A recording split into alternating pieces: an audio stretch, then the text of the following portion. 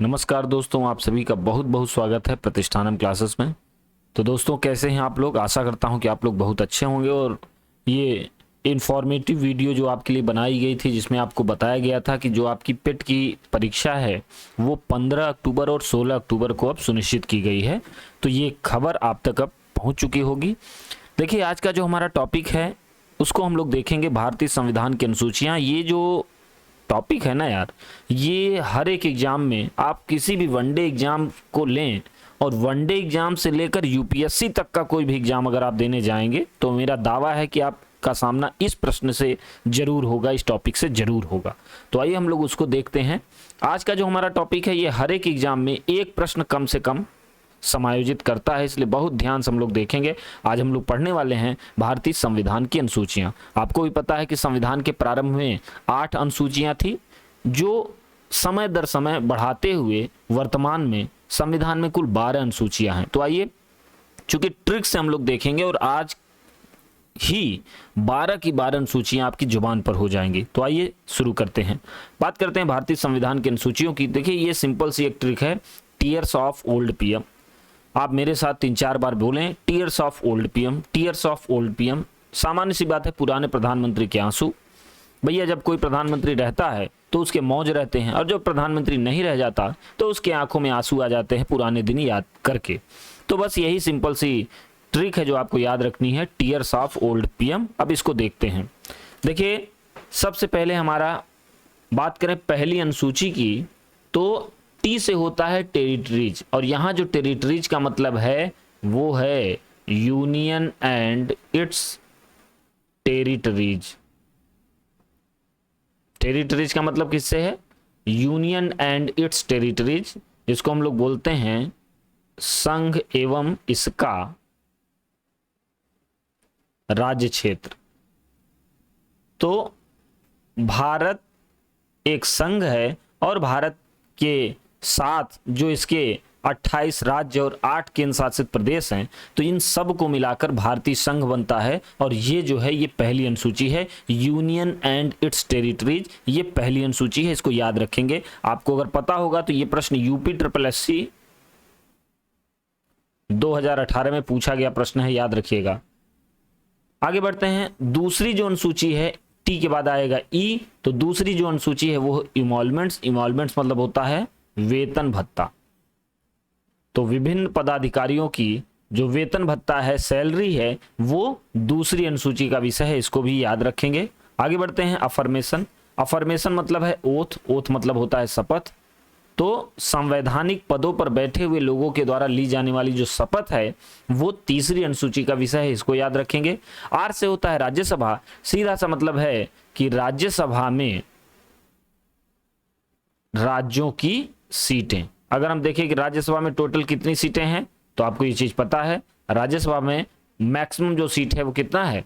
252। वर्तमान में कितनी सीटें हैं? 245। सर्वाधिक सीटें किस राज्य की हैं? उत्तर प्रदेश। कितनी हैं? 31। तो ये सब सामान्य सी बातें रही।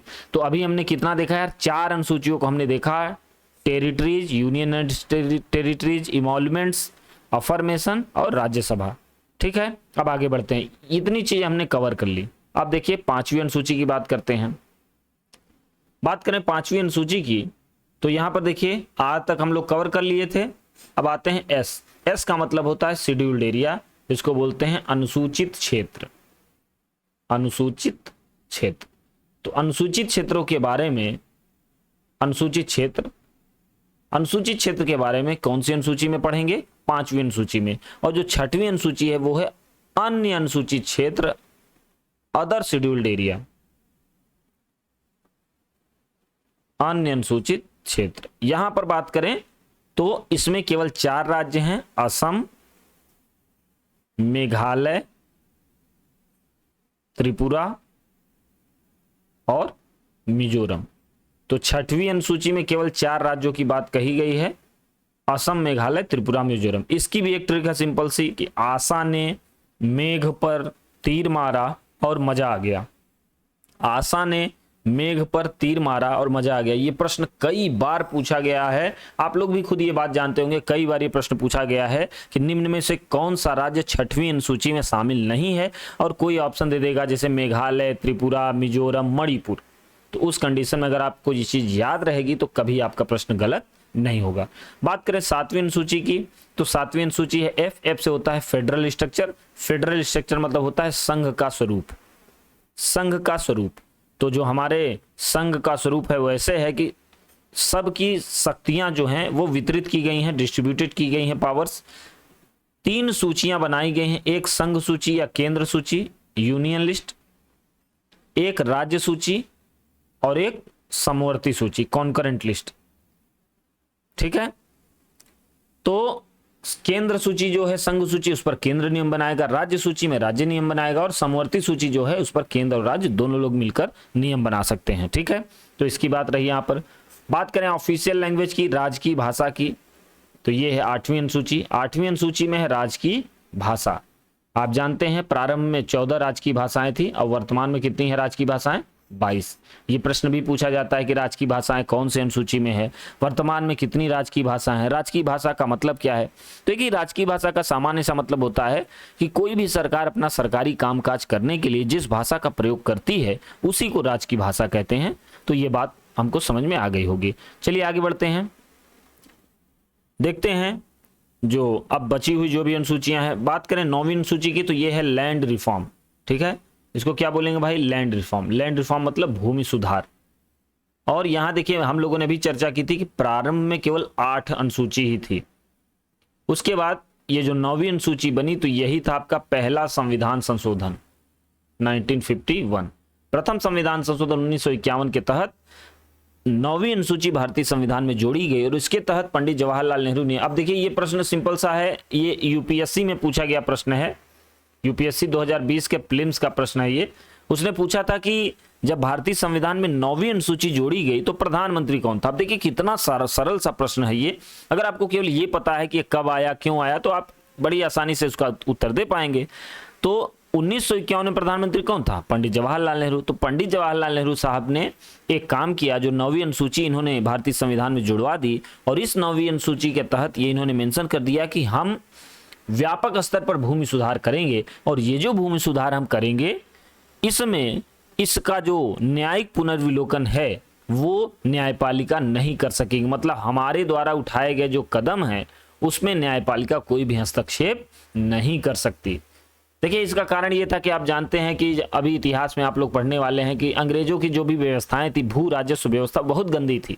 तो आज़ादी के आते आते ये देखा गया कि पूरे गांव की जो जमीन है वो केवल एक आदमी के पास संकेंद्रित हो गई, और गांव में अगर मान लीजिए 1000 लोग हैं तो एक आदमी इधर है, 999 इधर, इनके पास जमीन ही नहीं और सारी जमीन इस आदमी के पास है। तो एक तरह से यूं देखें कि डीपीएसपी कहीं से भी फॉलो हो ही नहीं रहा है, क्योंकि जो भी संसाधन है, भौतिक संसाधन, उनका विकेंद्रीकरण होना आवश्यक है। हर व्यक्ति को कम से कम जीने खाने के लिए जमीन मिलना बहुत जरूरी है। इसको देखते हुए समाजवादी विचारधारा के ये जो प्रणेता थे पंडित नेहरू साहब, इन्होंने ये व्यापक स्तर पर इसको जमीन पे लाया, और इस तरह से पहली एक्स्ट्रा अनुसूची जोड़ी गई जो 9वीं अनुसूची बनी। तो कई बार चर्चा में रहती है भाई, ध्यान रखिएगा। बात करें 10वीं अनुसूची की, तो ये है डिफेक्शन। यहीं से है एंटी डिफेक्शन लॉ, अक्सर चर्चा में रहता है एंटी डिफेक्शन लॉ, जिसको हम लोग हिंदी में बोलते हैं दल बदल विरोधी कानून। क्या बोलते हैं भाई? दल बदल विरोधी कानून। तो यही है दल बदल विरोधी कानून, 10वां अनुसूची का विषय है। ये 52वें संविधान संशोधन 1985 के तहत भारतीय संविधान में जोड़ा गया। इसमें साफ साफ स्पष्ट किया गया है कि भैया कोई भी व्यक्ति जिस राजनीतिक दल के द्वारा, जिस राजनीतिक दल से चुना जाता है, वो अगले 5 साल तक या जब तक सरकार रहती है वो अपने दल को बदल नहीं सकता। अगर वो दल बदलकर दूसरे दल में जाता है तो उस पर लगेगा एंटी डिफेक्शन लॉ और उसकी सदस्यता रद्द हो जाएगी। लेकिन याद रखिए कि ये इंडिया है, यहाँ पर हर चीज का सब्स्टिट्यूट उपस्थित है। इसी में एक नया रूल मेंशन कर दिया गया कि अगर किसी दल के 2/3 सदस्य एक साथ किसी दूसरे दल में प्रवेश कर जाएं तो उस स्थिति में एंटी डिफेक्शन लॉ नहीं काम करता। फिलहाल इतनी डिटेल बात आपको यहाँ जाननी नहीं है, बस इतना याद रखें कि दल बदल विरोधी कानून कौन सी अनुसूची के तहत है, तो 10वीं अनुसूची। कौन सा संविधान संशोधन है, तो ये है। क्या है दल बदल विरोधी कानून, आशा करता हूं आप समझ गए। अभी देखिए खूब हम लोग चर्चा किए थे जब हम लोग राजस्व लेखपाल की मुख्य परीक्षा के लिए पढ़ रहे थे, तो उसमें हम लोगों ने पंचायत के बारे में खूब डिटेल में पढ़ा था। तो देखिए पंचायत की बात करें तो ये आपका 73वां संविधान संशोधन 1992-93 और ये है 74वां संविधान संशोधन। तो 73वें संविधान संशोधन के तहत पंचायतों को संवैधानिक दर्जा दे दिया गया और 74वें संविधान संशोधन के तहत नगर पालिकाओं को संवैधानिक दर्जा दे दिया गया। क्योंकि जो मूल इकाई है, लोकतंत्र की मूल इकाई, प्रारंभिक इकाई, उस तक विकेंद्रीकरण की नींव पहुंचना जरूरी है। इसको देखते हुए ये जो 11वीं और 12वीं अनुसूची को भारतीय संविधान में जगह दे दी गई। एक चीज विशेष बात याद रखेंगे कि पंचायतों के पास 29 विषयों पर नियम बनाने की शक्ति है। पीसीएस में कई बार पूछा गया प्रश्न है, यूपी SSSC भी कई बार पूछ चुका है इसको। तो पंचायतों के पास 29 विषयों पर नियम बनाने की शक्ति है, जबकि नगर पालिकाओं के पास 18 विषयों पर ही नियम बनाने की शक्ति है। तो ये हमने देखिए डिटेल में हमने देख लिया। मुझे पूर्ण विश्वास है कि अगर आपने ये लेक्चर अच्छे से